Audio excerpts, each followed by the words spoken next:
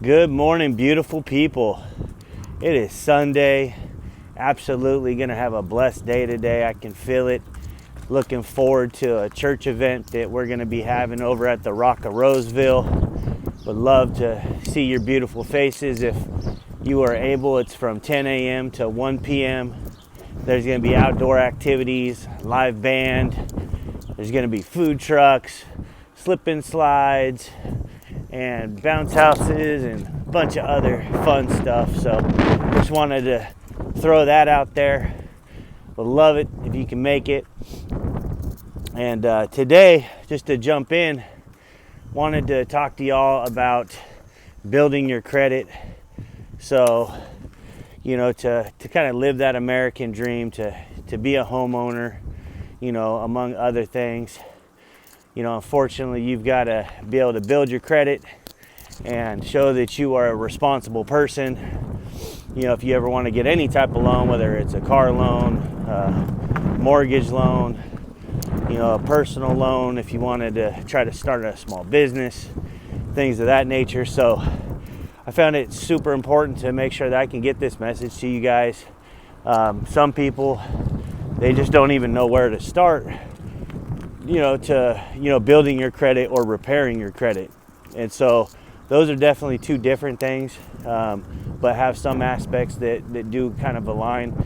So I wanted to bring it to you guys right now and just give you some of the basics and make sure that nobody goes and pays any type of company or agency to try to repair or figure out how to build your credit, because it's honestly not that complicated. Now, we're just going to dive right into it. If you have poor credit, right, meaning you have like a credit score of, let's say 650 or below, all right, then you've got a little bit of work to do. Most likely, if your credit's in that area range, then it is probably because you have missed some payments, whether you've been 30 days late, potentially 60 days late, or 90 plus days late. So there's different levels, and it weighs heavier on your credit. If you are 90 days plus late on a bill, that's going to destroy your credit. You'll be in like the 400 or 500s if you're lucky, and those are going to take typically 5 to 7 years before they're going to fall off and not weigh on your credit any longer. But if you are somebody, for whatever reason, had life happen to you and you just fell behind on your bills and were unable to make some payments, there's definitely hope, but it's going to take time and effort. And so you're going to, if you watch me, you're going to realize that everything in life that you want to be successful at, anything worthwhile, is going to take time and effort. So number one, to build your credit, especially repair your credit.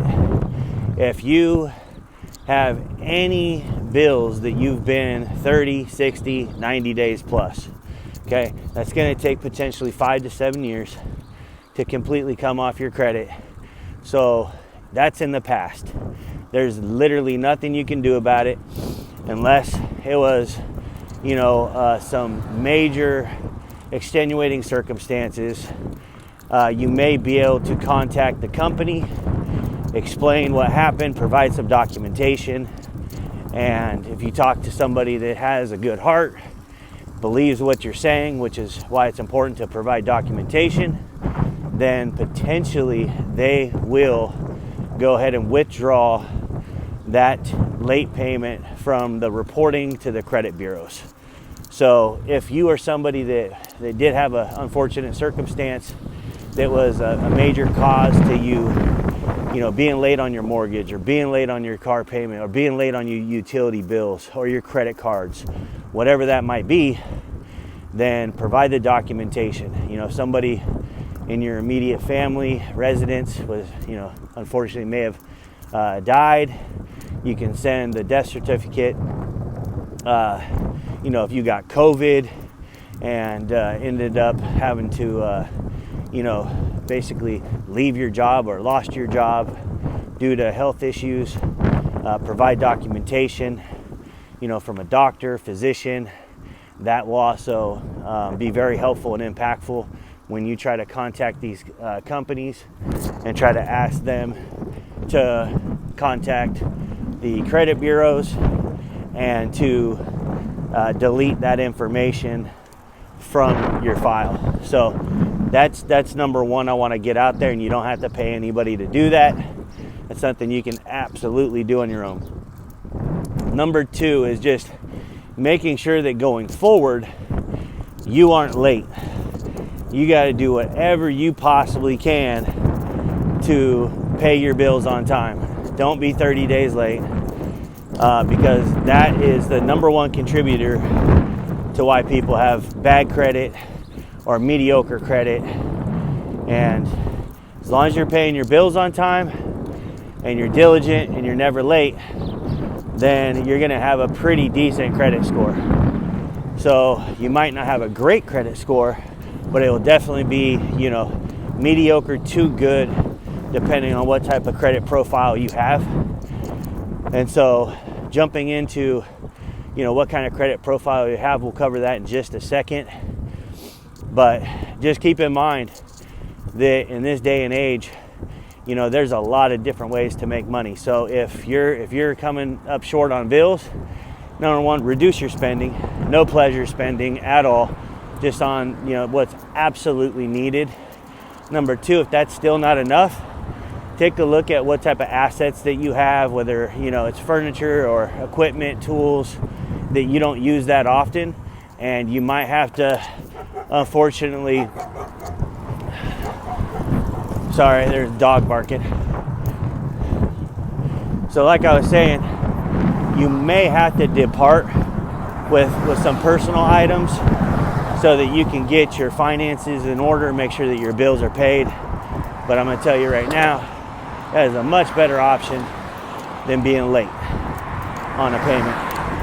So now let's go into your credit mix. So another thing that they're going to weigh pretty heavily is two different things that I kind of think go hand in hand, is your credit mix. So what kind of credit do you have? Do you have a mortgage loan? Do you have a car loan? Do you have credit cards? If so, how many credit cards do you have?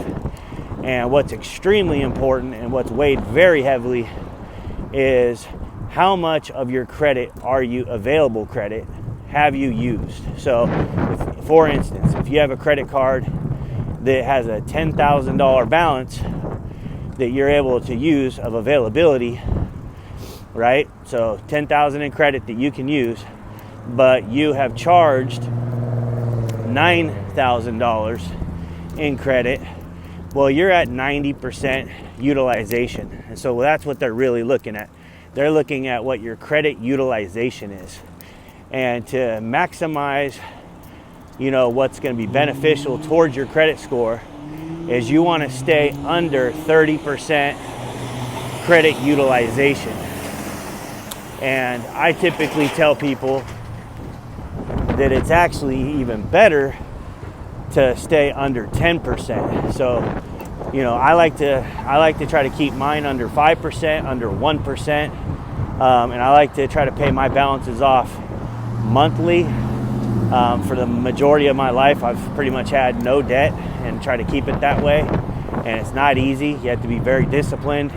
But when you keep your credit utilization under 10%, that's going to weigh very heavily on your credit score, and that's going to help you out a lot. They also want to see you have a good credit mix, though. So they don't want you to just have, one credit card. They actually want you to have multiple credit cards. If you could have, I would say 3 is kind of a sweet spot. Again, as long as you're being responsible with them, is have 3 credit cards.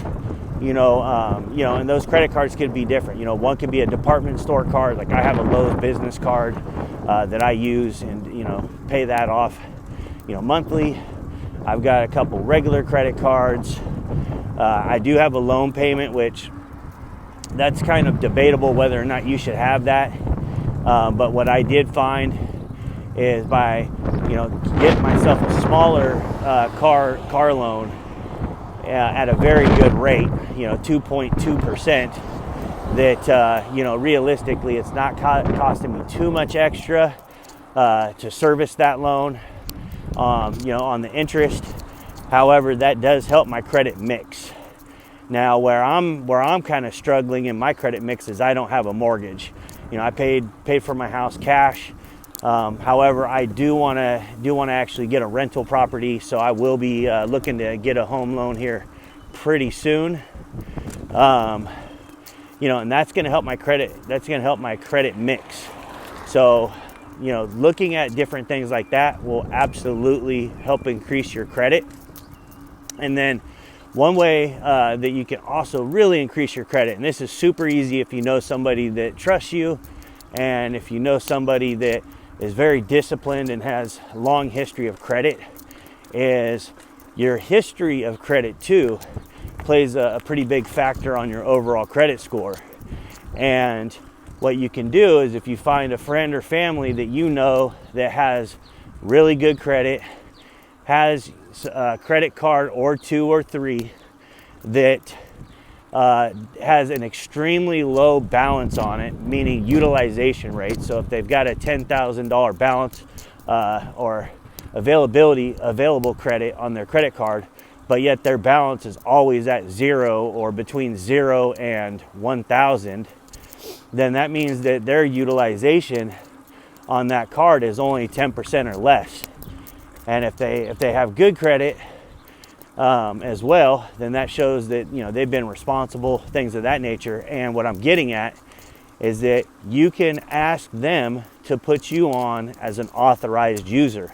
So this will totally protect them and help you increase your credit if they've got very strong credit history on that specific credit card, or the whatever it is that they're going to make you the authorized user on.